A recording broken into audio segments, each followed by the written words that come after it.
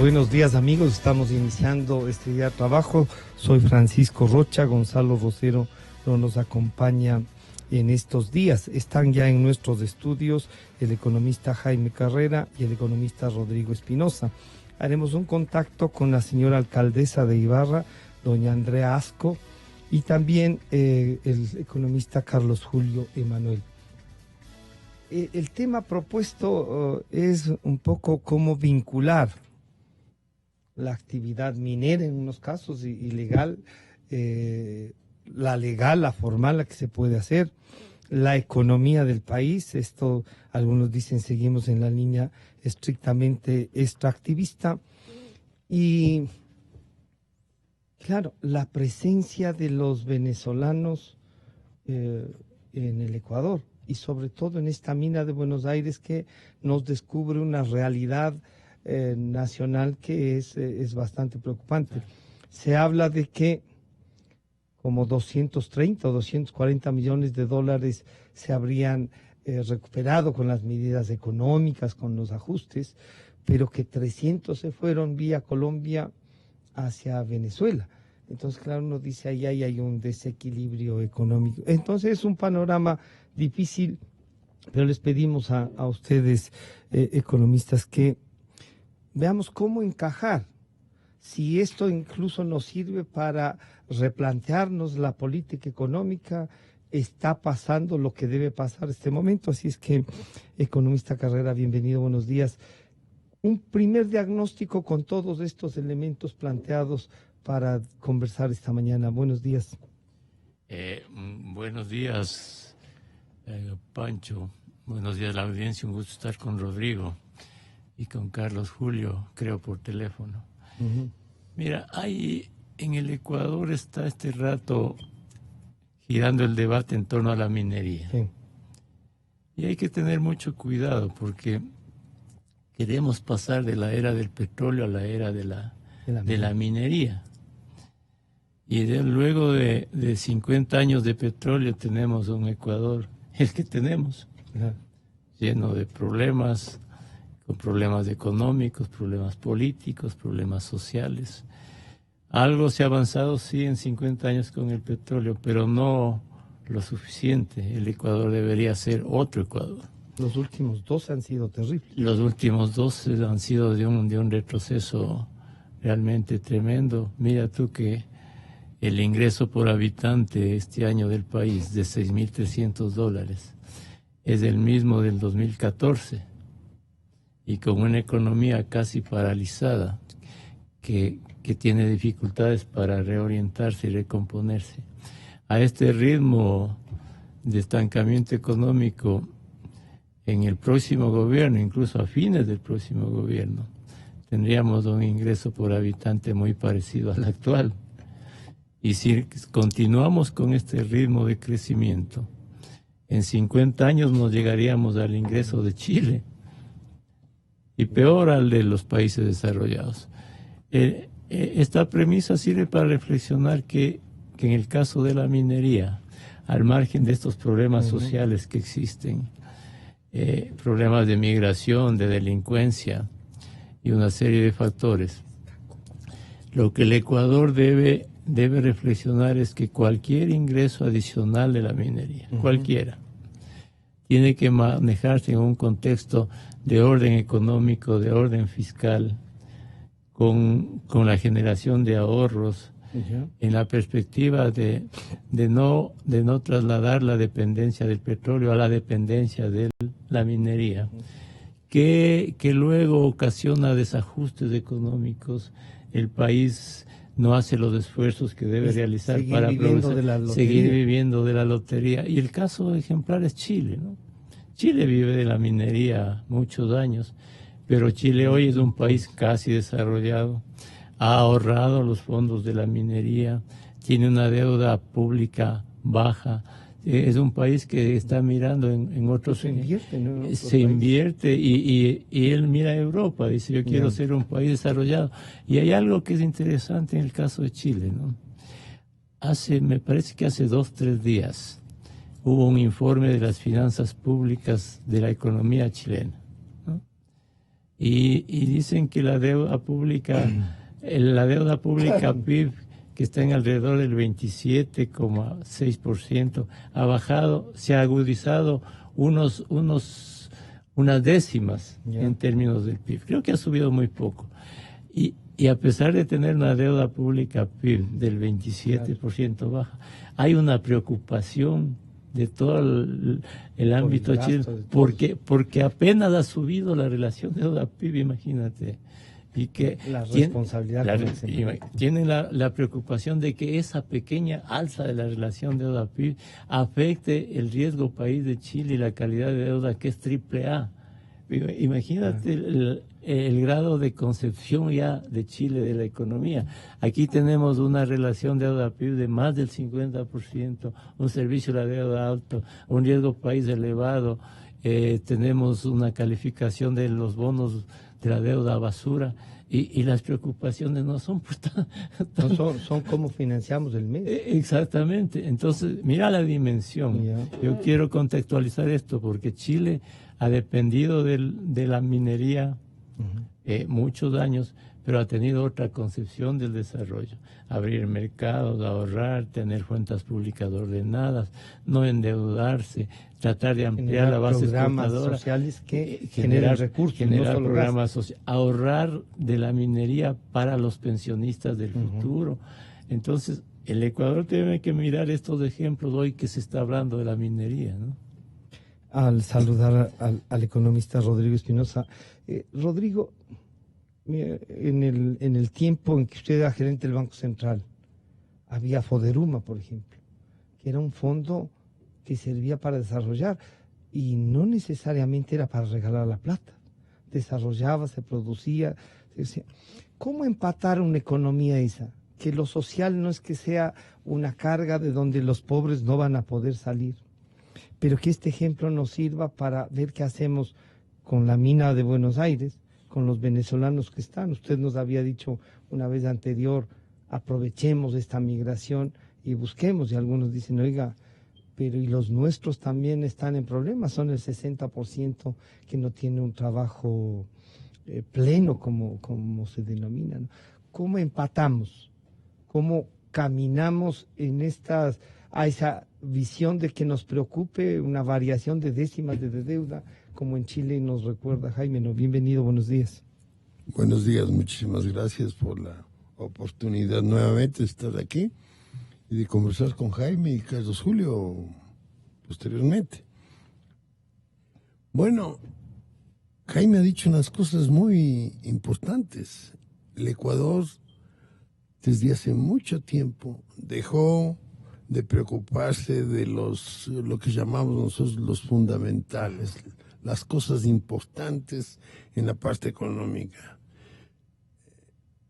Y eso nos ha generado problemas y nos sigue generando problemas gravísimos, porque la farra que tuvimos en la década pasada está generando que ahora estemos atravesando un estancamiento secular. El país no tiene posibilidades de crecer. Tenemos realmente que corregir los desequilibrios. Estamos obligados a cubrir esos desequilibrios. Porque si no se cubren los desequilibrios, vamos a tener serios problemas. Entonces, hablando, por ejemplo, de la intervención del Banco Central con el financiamiento de Foderuma, era una cosa muy pequeña. Se introdujo un programa de desarrollo rural integral a través del Banco Central, porque si ahora se quejan de que los grupos excluidos no reciben servicios financieros, en esa época era terrible, ¿no? Y usamos apenas 100 millones de sucres y desarrollamos una política muy importante con esos 100 millones, porque tuvimos una gran ayuda de UNICEF. Y yo venía del Banco Mundial, en la época que yo fui director del Banco Mundial, el Banco Mundial desarrolló la política de desarrollo rural integral de McNamara, que fue una cosa muy importante. Entonces yo tenía interés de que el Ecuador haga algo en el sector del ejecutivo, Pero en vista de que no se veía un manejo eficiente hacia corregir estos problemas sociales, es que nosotros decidimos utilizar con una metodología adecuada atacar este problema de los grupos los grupos más pobres del país, porque había un límite, me acuerdo, $175 del PIB, del ingreso de los que beneficiados, y se hicieron pero políticas. Además se manejaron con comunidades, con Pero organizaciones. sí, claro, pero se hicieron políticas muy importantes. Fueron la primera vez que el país hablaba de cuidado primario de salud, de la educación informal, o sea, a los niños antes de que ingresen a la escuela formal, enseñarles cuestiones que son muy importantes. Entonces, esta educación informal les generó un incremento de su identidad, porque eso es lo que trató de hacer la educación. Pero quizá esa disputa no generó que, decían, el Banco Central está en todo, tiene cultura, tiene esto otro, y terminó siendo una oficina de la Presidencia de la República a la que le ordenan que pase la plata. Se le utilizó después políticamente. El asunto era que el Banco Central, mire, el Ministerio de Educación estaba feliz de que el Banco Central entre en un aspecto que el Ministerio no hacía. El Ministerio de Salud igual. Y con todos las entidades del sector público estaban muy felices de trabajar con el Banco Central, porque trabajábamos juntos con ellos, con el Ministerio de Agricultura. El Ministerio de Agricultura no se preocupó nunca de los más pobres. Y por primera vez había una gran cantidad de funcionarios del Ministerio de Agricultura que iban a asesorar a las pequeñas propiedades, acompañados del Banco Central. Entonces, se hicieron trabajos muy importantes, pero sobre todo utilizando, yo le diría, una metodología científica que fue muy aplaudida a nivel internacional, porque ese proyecto de desarrollo rural integral, que en parte fue copiado del Banco Mundial, desarrollamos en base a nuestra realidad, y un grupo interdisciplinario muy importante trabajó en el Banco Central en esto, y desarrollamos con un criterio muy positivo, pensando en el país, nada de política. Era lo más neutro políticamente. Lo que queríamos es mejorar la calidad de vida de los más pobres. Eso es posible con alguna institución ahora. Enfocar más allá de un subsidio, enfocar el desarrollo. Eso deben hacer. Lo que se debe preocupar es dejar a un lado la política, como hizo Chile. Chile, ¿por qué decidió manejar bien la política fiscal, por ejemplo? Y tenía una política de desarrollo muy importante en beneficio de los grupos vulnerables. Por ejemplo, ningún país en América Latina trabaja para conceder el crédito a los excluidos mejor que Chile. Y es una banca pública la que lo hace. Claro. Aquí el Ban Ecuador no tiene metodologías para apoyar a los grupos excluidos. Además, cada vez que los grandes aprovechan esos créditos, hay que hacer una ley de revisión. Pero dan sin sentido. Dan sin metodologías, entonces le hacen daño al pobre. Porque hay que analizar la capacidad de pago de ellos, el proyecto para financiar. Entonces, entregar la plata en ventanilla, como hace el Ban Ecuador, y le hace un daño muy grave a los grupos pobres. Está ya en línea telefónica el economista Carlos Julio Manuel, a quien saludamos. Están en nuestros estudios el economista Jaime Carrera y el economista Rodrigo Espinosa. Estamos conversando y le habíamos contactado a usted por dos temas. A propósito de la mina Buenos Aires, está la presencia de los venezolanos en Ecuador, que se vuelve evidente, los temas de la economía y en general también cómo enfrentar. Jaime nos decía, vamos a pasar de la era petrolera a la era minera. no, tiene que servirnos como experiencia qué hacer con esto y el manejo de la economía en este momento. Buenos días, economista.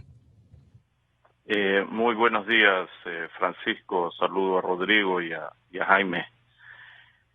Bueno, es un problema muy complejo el que atraviesa la economía ecuatoriana. Estaba escuchando a Rodrigo hace pocos minutos, no lo escuché desde el inicio, pero quiero imaginarme que estaba hablando era del programa que... El Foderuma, sí, del Fondo Rural Marginal.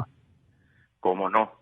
Me tocó estar junto a Rodrigo y aprender de lo que Rodrigo hizo en ese importantísimo programa que luego, cuando yo ocupé la gerencia general del Banco Central, lo continuamos. Era realmente un acercamiento del Banco Central a los sectores más pobres, paupérrimos de la economía ecuatoriana. Una lástima que se clausurara ese programa, que ese sí llegaba a la gente pobre directamente. Como dice Rodrigo, que el Banco de Fomento entregue créditos a los más pobres por ventanilla no es lo mismo que ir a los sectores más vulnerables y hacer la entrega directamente, porque a la gente más pobre, a la gente que está en los sectores más apartados del país, ir a un banco les resulta algo demasiado exótico. No creo que lo hagan. Existe un temor casi reverencial a acercarse a un banco, de manera que ojalá se pudiera reeditar algo como lo que él inaugurara en el Banco Central hace ya casi 40 años, me parece. Sí. El problema de cómo enfrentar las dificultades por las que atraviesa la economía ecuatoriana no se podrán resolver este problema si la economía no crece. Para mí ese es el más grave problema de la economía ecuatoriana. No tenemos un horizonte de crecimiento. Tanto el Banco Central como el Ministerio de Finanzas se disputan la cifra de crecimiento para este año entre el 0,2 y 0,5%. Yo, de estar en ese lugar, preferiría quedarme callado, porque eso es realmente vergonzoso que frente al resto de las economías latinoamericanas, cojamos Perú, cojamos Panamá, que crecen año tras año, el Ecuador no crece, y no crece hace ya algún tiempo. Tenemos una contracción económica que complica todo. Usted menciona el tema de los venezolanos. Bueno, yo creo que desde el punto de vista humanitario hay que acogerlos, como Venezuela acogió a los ecuatorianos en la década de los 50 y 60, que fueron miles de ecuatorianos a Venezuela. Claro, circunstancias diferentes. La economía venezolana entonces era un ejemplo de crecimiento en América Latina. Hoy en día, los venezolanos, por los problemas que todos conocemos que se dan en Venezuela, están viniendo al Ecuador, lamentablemente a una economía deprimida, pero por razones humanitarias hay que darles cabida.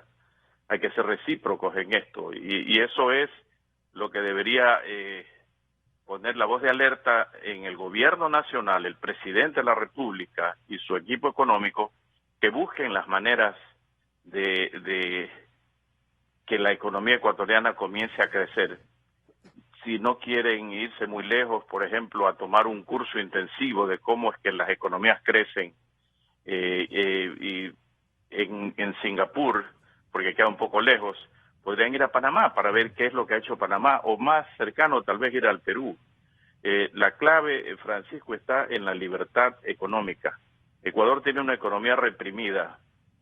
Entre 180 países ocupamos el puesto 170, pero hace 2 años estábamos en el puesto 160, hace un año 165, de manera que estamos yendo hacia abajo en materia de libertad económica.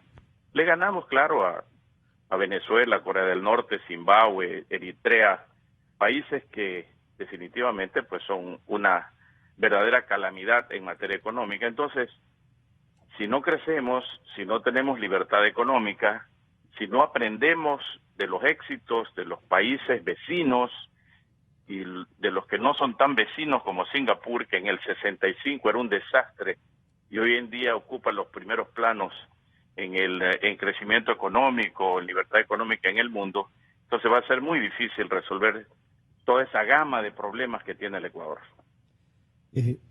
Economista Carrera, entonces planteado así, hay que hacer una especie de agenda y un programa. Y el programa del gobierno, que ya va más del 50%, me parece que es un poco ir construyendo, haciendo camino al andar. Y eso no es necesariamente lo que el país necesita. Y para empatar con lo que la consulta que les hacíamos es, ¿se debería hacer un fondo minero, si vamos por la minería, que vaya, por ejemplo, como ha dicho el gerente de una de las empresas INB, que vaya y fortalezca un fondo de la seguridad social y que cree otro, por ejemplo, como el extinto Foderuma?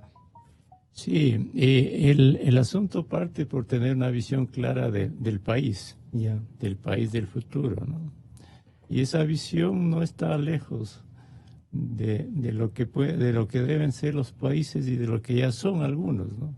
Un Estado que se dedique a sus funciones naturales, ¿no? Salud, educación, seguridad, a redistribuir, a regular seriamente la economía sin excesos, y un sector privado que sea el que produce, el que genera riqueza, el que invierte. Pero nada de estas funciones, tanto el sector público como el sector privado, ninguna de estas funciones podrá llevarse a cabo sin fundamentos económicos sólidos, en una economía con parámetros sostenibles, con cuentas públicas ordenadas. Ese es el requisito sine qua non para cualquier política pública que lleve al progreso al país. Ahora bien, la mejor política social de un gobierno es una buena política económica que lleve al país a crecer a tasas elevadas. De eso no debe existir y no existe ninguna duda. Ahora, claro, es fácil decirlo. Como decía Carlos Julio, el país necesita crecer y tiene dificultades para crecer. Y esa va a ser una tarea lenta, de largo plazo. El Ecuador tiene que crecer con más exportaciones, pero no es fácil aumentar las exportaciones. Sigamos con las comparaciones. Ecuador el año anterior exportó 21.000 millones de dólares. Chile, que tiene una población parecida al Ecuador, exportó 75.000 millones de dólares. La otra forma de crecer más en una economía dolarizada como la nuestra es atraer inversión extranjera directa. El año anterior la del Ecuador fue 1.400 millones de dólares, la de Chile fue 8.400 millones de dólares. La inversión extranjera directa en el primer trimestre de este año fue apenas 132 millones de dólares. Esta es una tarea de largo plazo. Ahora, ¿qué es lo que pasa con estas tareas del Ecuador en el futuro? Es que hay economistas que debemos pensar de otra manera, ¿no? Es decir, debemos pensar no en lo que vemos, sino en lo que no vemos. Me explico. Una tarea de largo plazo, más allá de la claridad de políticas económicas, tiene que sustentarse en la paciencia de la sociedad. También hay un ejercicio de paciencia. Pero claro, porque si es una tarea de largo plazo, la gente cree que de aquí a mañana se pueden arreglar los problemas. Tiene que haber paciencia en los resultados de las políticas, porque va a ser un esfuerzo de todo de largo plazo. Pero el tema de la paciencia encuentra el problema de luchar contra la impaciencia colectiva, porque dicen, porque además ahí se suman los otros factores de alteración de la paciencia. Exactamente. La impunidad, por ejemplo. No, entonces la impaciencia, ¿a qué debe llevar? ¿A qué puede llevar? Puede llevar a pensar, ¿no? A pensar mal y a creer que la vuelta al populismo es lo que da los resultados, que las malas políticas, que es la más rápida, o que las malas políticas te pueden ofrecer resultados hoy, pero sacrificio en el futuro que nadie piensa. Entonces hay tentaciones para volver a desajustar las cosas, ¿no? Yo creo que ese es uno de los problemas principales que debe vencer una sociedad.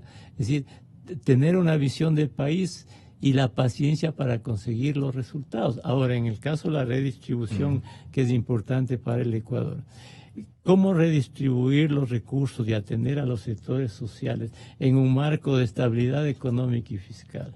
Ahí hay una tarea grande por realizar. Mira tú, en este momento hay en el país 5 millones de personas en el desempleo y en el subempleo. Y hay 4 millones, casi 4 millones de personas pobres que viven con menos de $84 al día. En el caso de la migración venezolana, te agudiza estos problemas, evidentemente, pero ese no es el problema principal. Si tú es algo que hubiésemos podido enfrentar de mejor manera. Exacto, pero incluso el problema que ya tenemos nosotros, de subempleo, de pobreza. Si tú tienes solo voy a ponerte un ejemplo, si tú tienes en el sector público 700,000 personas, ¿no?, que para las que se emplean más de 10,000 millones de dólares en pagos de sueldos, 700 millones. Es casi todos los impuestos de IVA y de renta, y que en promedio esa gente gana unos $1,500 al mes. Y tú tienes por otro lado 4 millones de personas que viven con menos de $84 al mes cada uno. Entonces uno dice, es una adecuada redistribución emplear 10,000 millones para 700,000 personas. Y hay 4 millones que viven con menos de $84 al mes, ¿no? Entonces hay una tarea de redistribución de la escasez en el país que tiene que ser adecuada.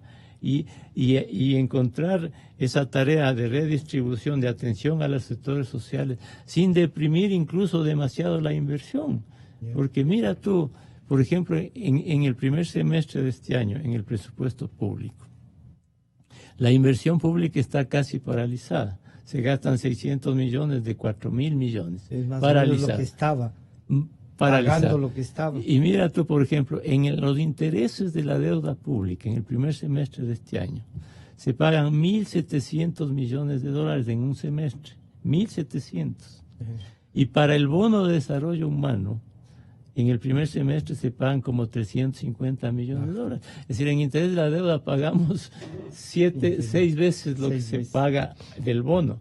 Y en el primer semestre de este año la inversión fue 600 millones y en intereses fue el pago 1.700 millones. Lo que te quiero decir es que para armonizar el crecimiento económico, las atenciones sociales y la inversión pública en un marco de fundamentos económicos y de orden fiscal, se necesitan acciones políticas muy fuertes, muy severas, que tienen costos. Claro. Por ejemplo, reducir el tamaño del sector público tiene costos. Hay que votar empleados públicos aunque no nos guste, porque es doloroso, ¿no es cierto? Pero ahí vendría, claro, Jaime nos plantea, digamos, una receta que es radical, aunque él mismo dice el ejercicio de la paciencia, Rodrigo, y claro, nos dice paciencia, redistribución de mejor calidad. ¿Qué redistribuimos? La pobreza en este rato. No. Y hay un problema en lo que tú decías hace un momento, la impaciencia de la gente, porque estamos mirando todos los días la impunidad. Exacto. Pero no solamente es la impunidad. Miremos todos los días la ineficiencia con que el sector público maneja sus actividades. Siguen de fiesta. Entonces, por ejemplo, se habla de la necesidad de bajar los salarios del sector público, porque es lo que señala, las cifras son algunos increíbles. Dicen, no a la eliminación de cargos, pero sí a una revisión de los salarios. Lo que se debe hacer es un análisis profundo, técnico, de cuál debe ser la cantidad, el tamaño del Estado, qué es lo que está haciendo el Estado, y para hacer eso, qué personal necesita y cómo deben trabajar.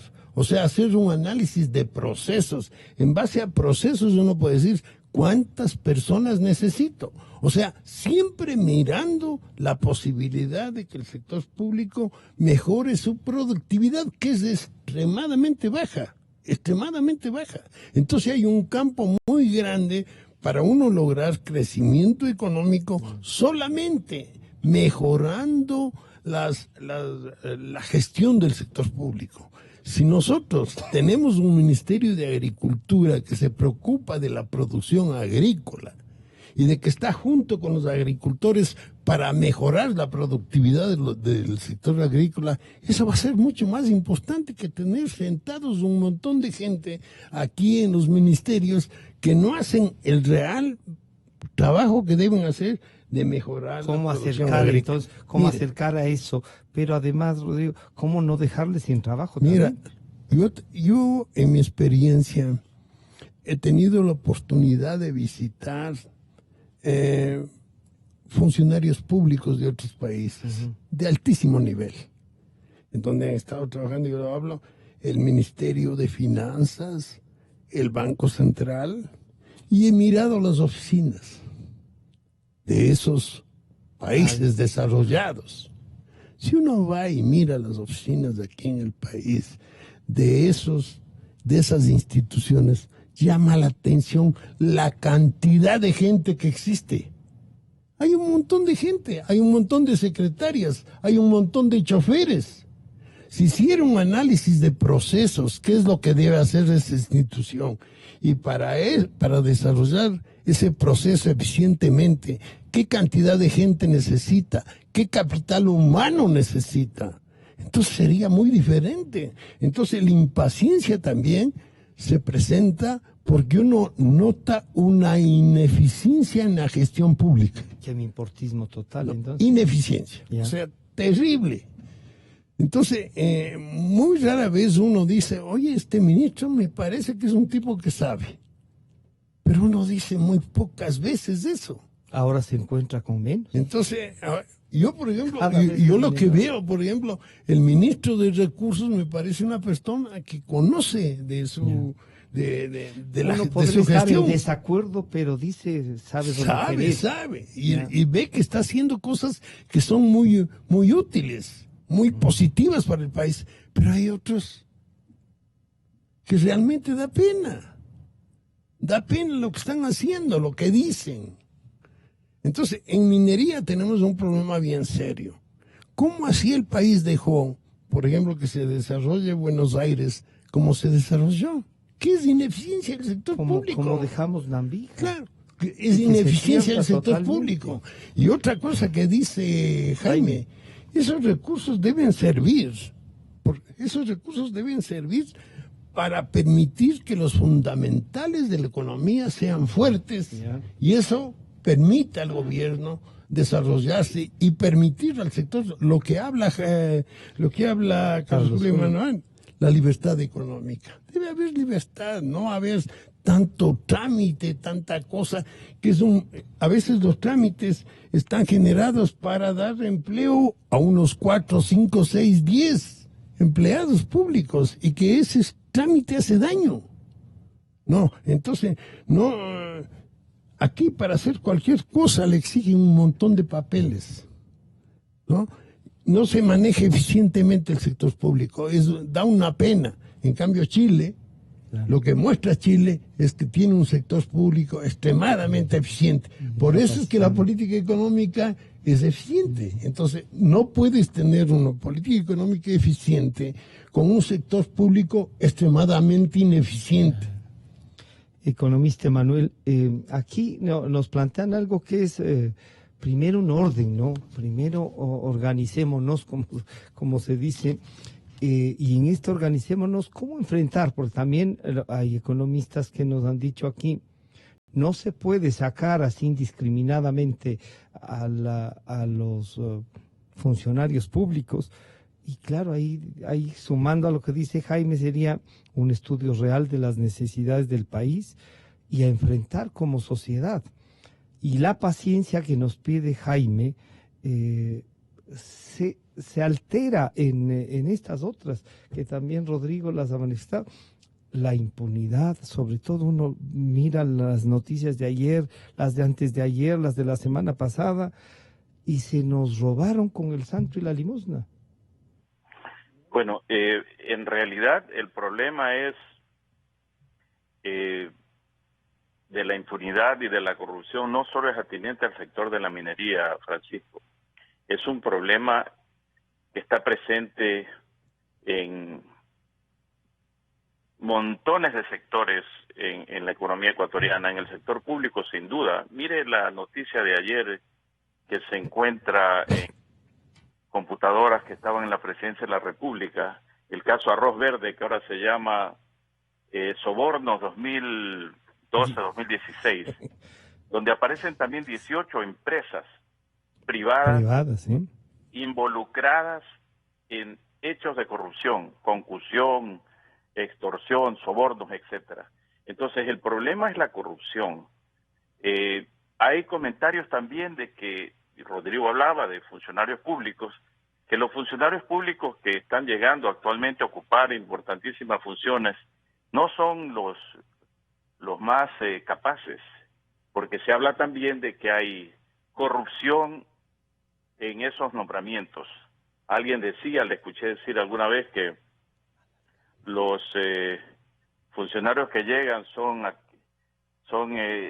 escogidos a dedo, no necesariamente en función de méritos, sino en función de acomodos que se están dando. Entonces no tiene usted en la función pública a los funcionarios más capaces en las principales funciones del Estado. Yo tengo que decirlo por experiencia, Rodrigo tendrá también su opinión. Yo no veo en este gobierno un equipo económico, lo digo con franqueza. Está el ministro de Finanzas, pero ¿qué es un equipo económico? Es un equipo donde está el ministro de Economía, el Banco Central, el ministro de la Producción, de Industria, Comercio, y un embajador que actúen mancomunadamente con objetivos claros y definidos. Yo eso no lo veo en este gobierno. Aquí no veo un plan económico, aquí no veo una estrategia económica, no la veo.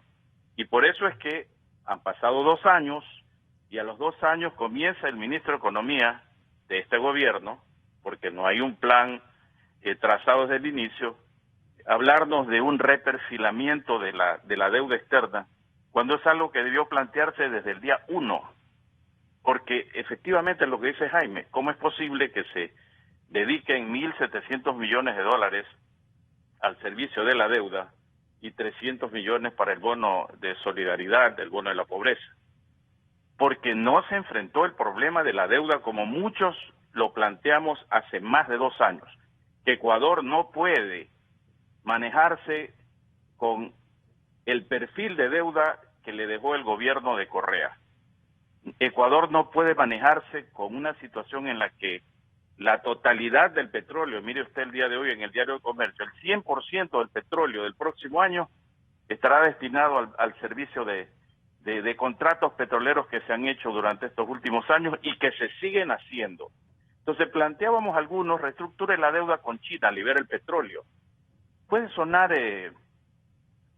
diferente al discurso de los últimos 10 o 12 años, pero es que hay que enfrentar los problemas con valentía, a grandes males, grandes remedios. Decía Jaime, mientras Ecuador exporta 21.000 millones de dólares, Chile exporta 75.000 millones de dólares. Y pregunte usted cuál es la carga impositiva en Chile y cuál es la carga impositiva en el Ecuador. ¿Existe, por ejemplo, en Chile un arancel como el que tiene Ecuador? No, de ninguna manera. Ecuador tiene un arancel promedio de 12,3%, Chile tiene un arancel flat de 5% y Perú tiene del 2%. ¿Por qué no hemos hecho nada en ese campo? Decía también Jaime, mientras Chile recibe 8.500 millones, creo que era la cifra de inversión extranjera, Ecuador a lo sumo, exageradamente, recibirá el 10%, o ha venido recibiendo el 10%. Pero Chile tiene acaso un impuesto a la salida de capitales que frena el ingreso de los capitales. No lo tiene. Entonces aquí no se quieren tocar los problemas fundamentales. Hemos visto el debate de la Asamblea de los últimos 2 meses, que culminó creo que el día de ayer en la eliminación del impuesto verde. Gran cosa, pero hay otros impuestos verdes, pues. El impuesto verde a la salida de capitales es verde porque era verde flex de la Revolución Ciudadana. El otro impuesto verde, el anticipo de impuesto a la renta, otro impuesto verde de la Revolución Ciudadana que tiene que eliminarse. Entonces, si queremos comenzar a resolver los problemas, comencemos arreglando los problemas de fondo que afectan el crecimiento de la economía. Efectivamente, hay una demanda por la solución de todo este tipo de problemas en el Ecuador. Pero yo no veo, y con eso termino, no veo, como dije al inicio, que haya una estrategia para realmente resolver los problemas económicos del Ecuador y propender al crecimiento. El reperfilamiento que de la deuda usted comentó plantea hace más de un mes, realmente lo único que ha hecho es trasladar el pago de un bono que se vencía en el año 2020 para 10 años después. Pero en síntesis, el servicio de la deuda seguirá igual, la tasa por más tiempo. Nominal del cupón en el nuevo bono creo que sería 2029, si mal no recuerdo, es exactamente la misma que veníamos pagando.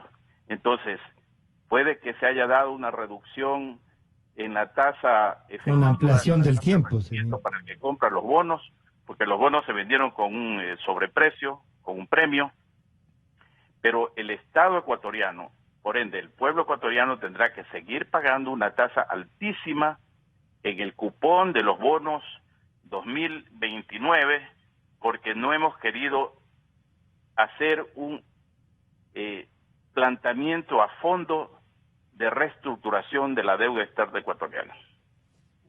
Jaime, esto significa, claro, la paciencia, dice, sí, vamos a hacerlo con paciencia, y creo que tú has logrado poner una palabra que la sociedad tiene que entenderla y magnificarla a ratos por lo que nos pasa.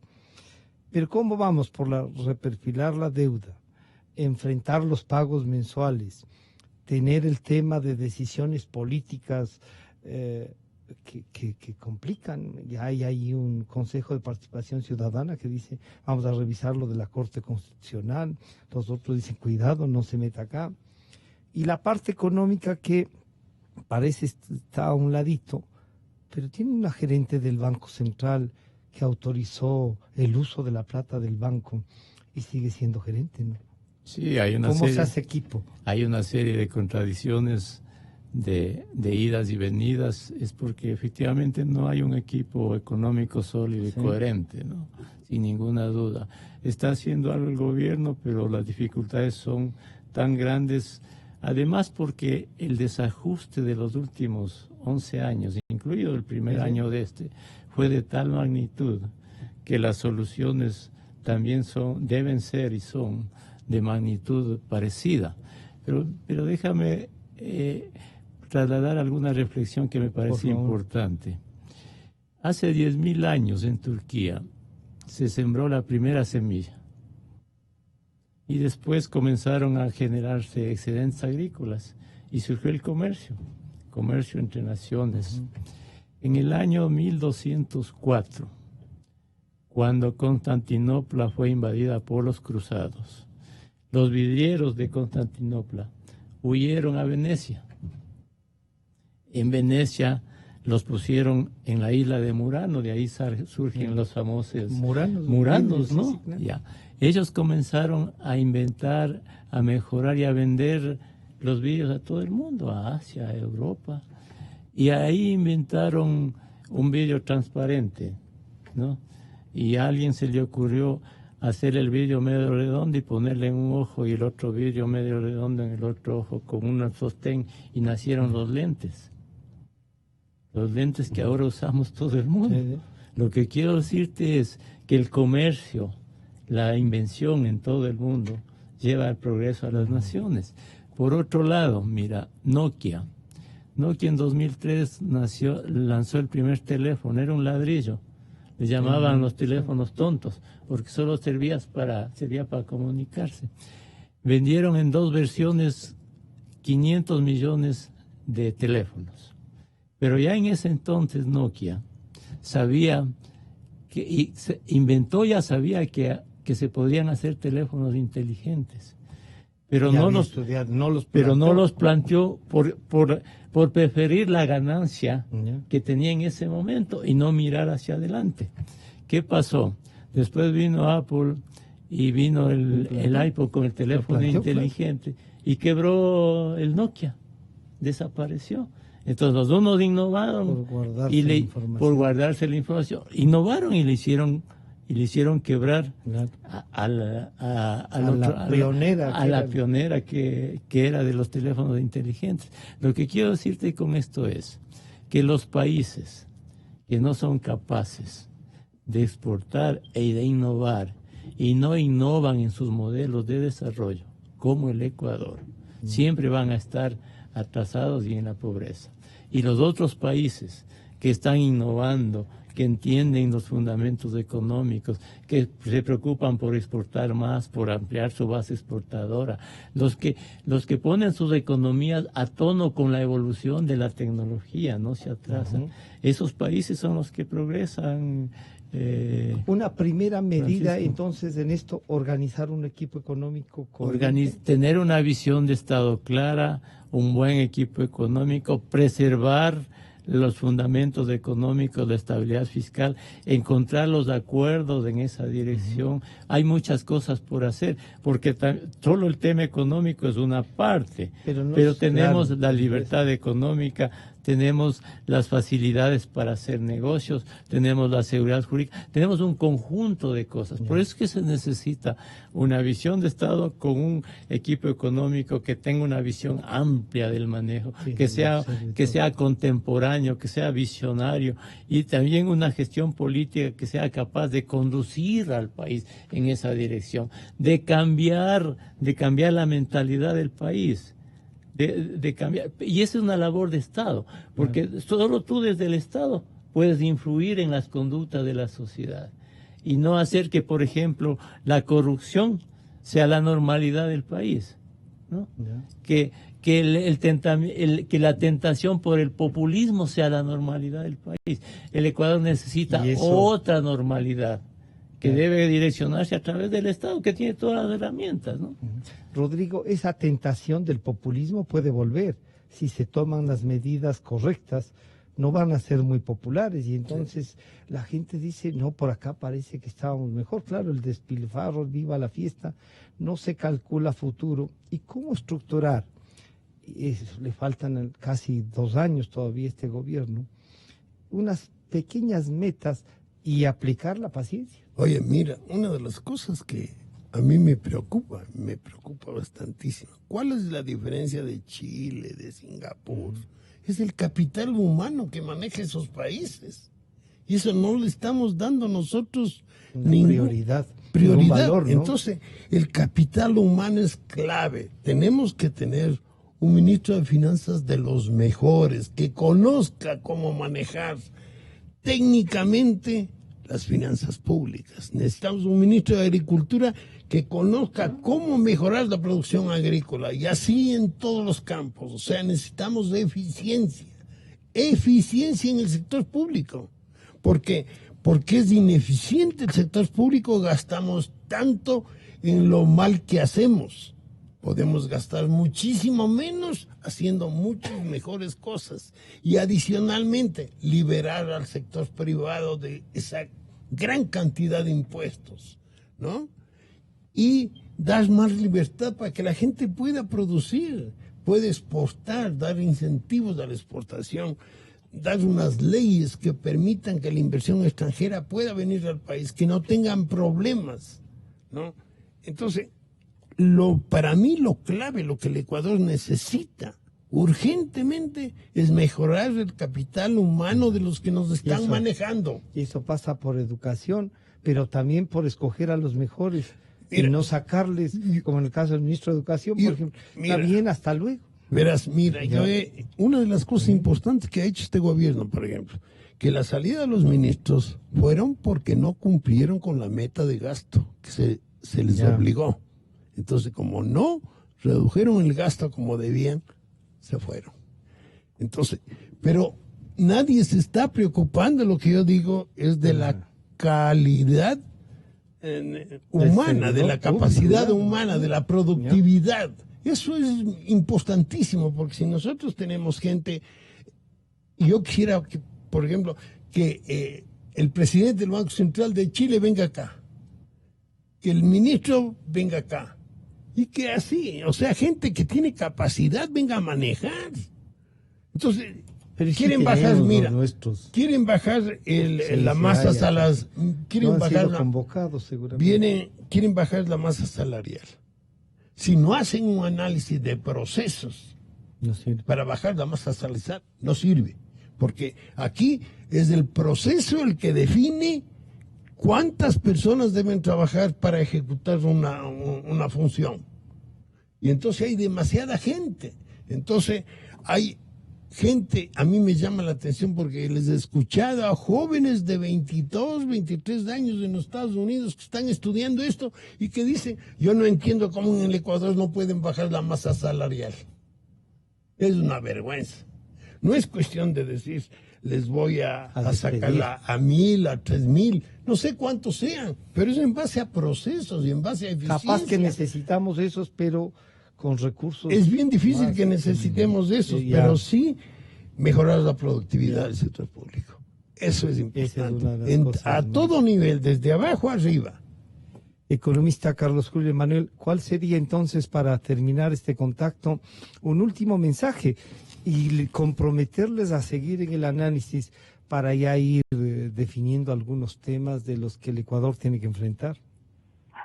Bueno, lo que acaba de decir Rodrigo definitivamente es importante, optimización de los procesos.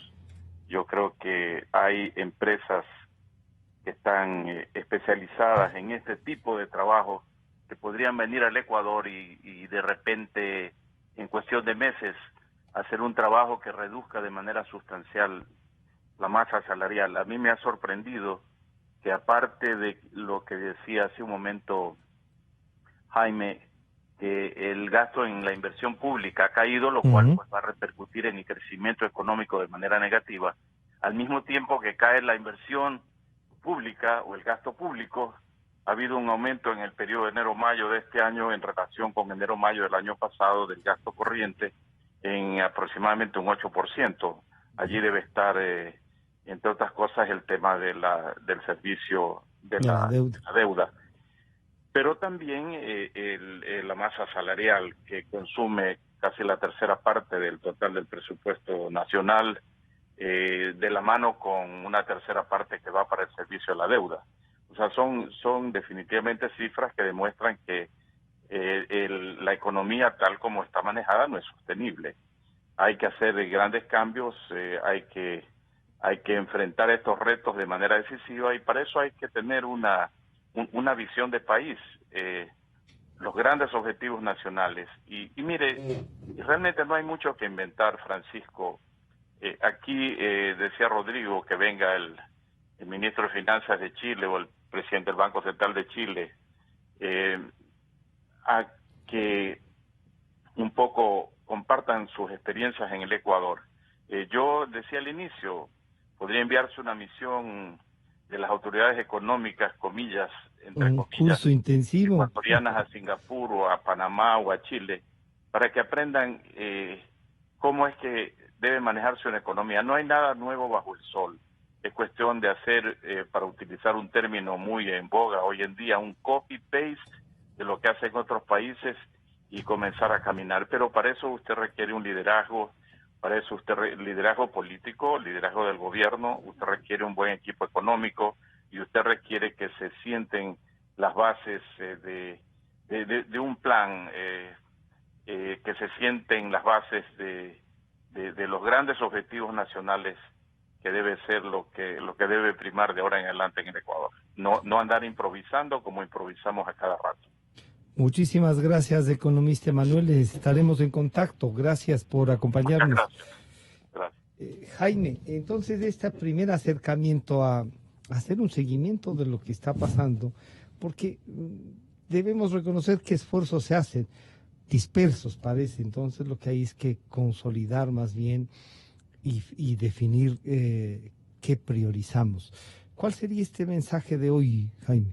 Bueno, el mensaje, primero, es justo reconocer que el gobierno ha hecho avances, ¿ya?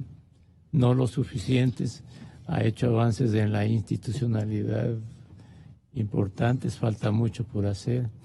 En el manejo económico está en la dirección correcta, sí, pero pero todavía ahí hay muchas debilidades, incoherencias. La dirección es la correcta. El acuerdo con el fondo es una buena acción del gobierno, también está en la dirección correcta, pero el Fondo Monetario está siendo absolutamente magnánimo con el Ecuador, absolutamente flexible.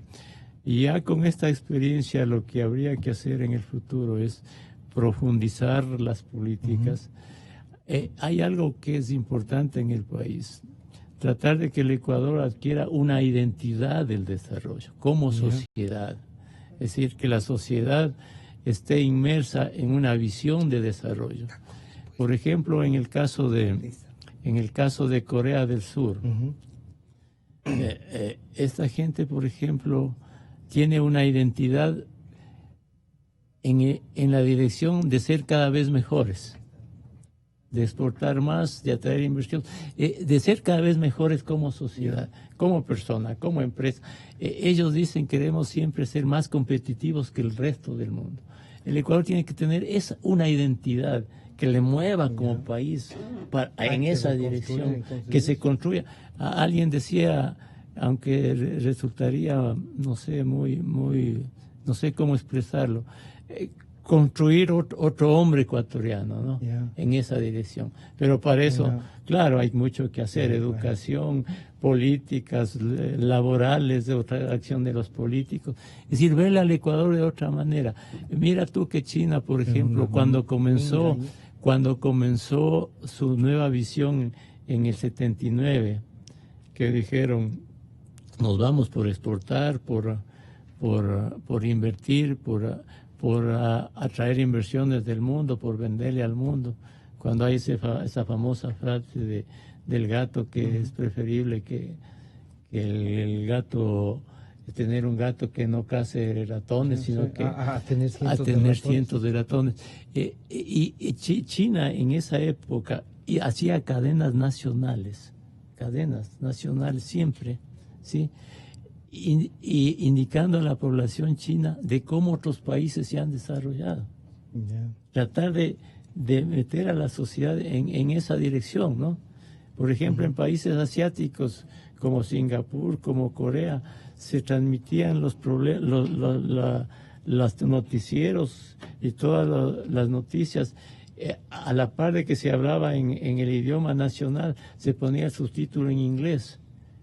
Para que la gente se motive también. Es decir, aquí hace falta un cambio de otra naturaleza, ¿no?